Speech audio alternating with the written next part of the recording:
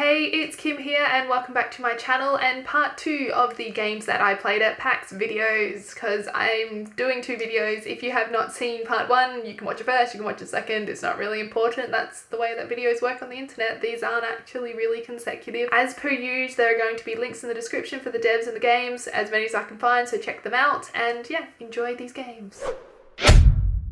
Spin Rhythm is an almost self-explanatory game by Super Entertainment. It's a rhythm game. I'm awful, dreadful at rhythm games, so it was pretty much like, oh, they look like they're having fun over there.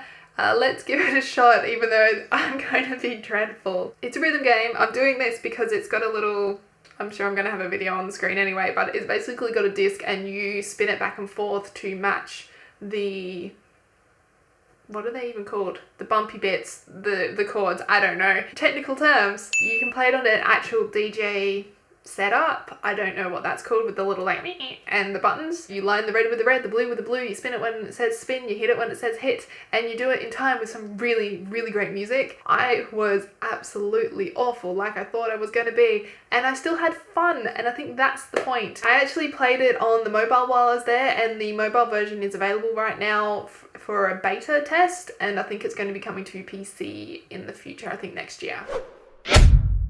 Where the Snow Settles is by Myriad Games Studios. It is a short third-person narrative about Aurelia as she searches for her missing sister. It was just an incredibly immersive, beautiful, serene moment for me at PAX. I don't know how much to say because it is a short game and the demo was quite short as well. I'm glad it didn't play through too much of the story because I don't like if you sat through like a half hour of, an hour or 2 hour game, you've played a quarter of it. It's got a really minimalist, textureless art style. When I was talking to the developer, they were explaining that the story is about going through change and how to process big changes in your life. So it's probably going to break my heart and make me cry at the end of it. It is coming out to PC late next year, so it's something I will definitely be getting then.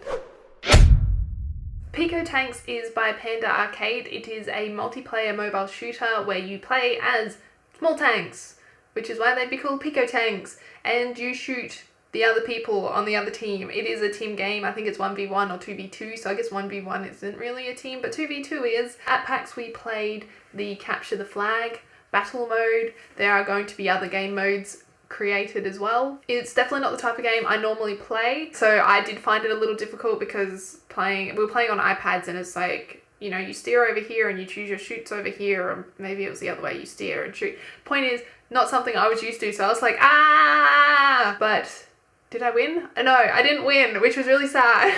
I just remembered that, now I'm heartbroken. How could I forget? It's been repressed. It's got super cute cartoon graphics, they're little 3D things, and so many customizable options, and I would have spent way longer in that than in the actual battle time because I like customizing things. Xbox, just updated their avatar and I've spent a fair bit of time just doing that.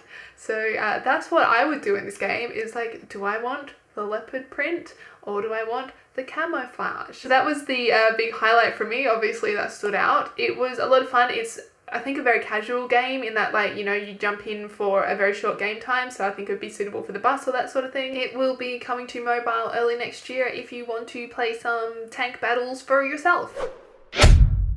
Dissembler is a puzzle game by Ian MacLarty. It is a tile flipping game where you've got to make a match of 3 to have the colour removed, and basically you start with all your tiles of colour and you've got to match them to solve the puzzle and make them all disappear.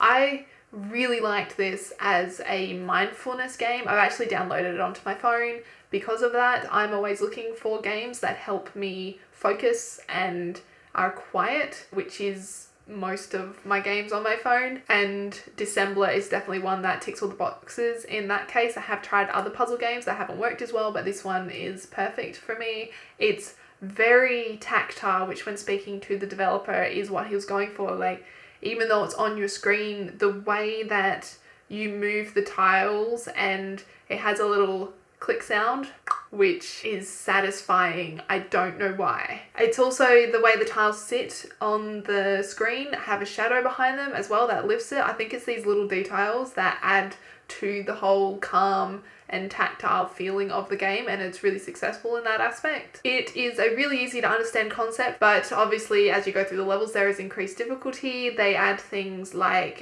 there are patterns on the square, so then you have to, when you flip them, the pattern has to match before it will complete.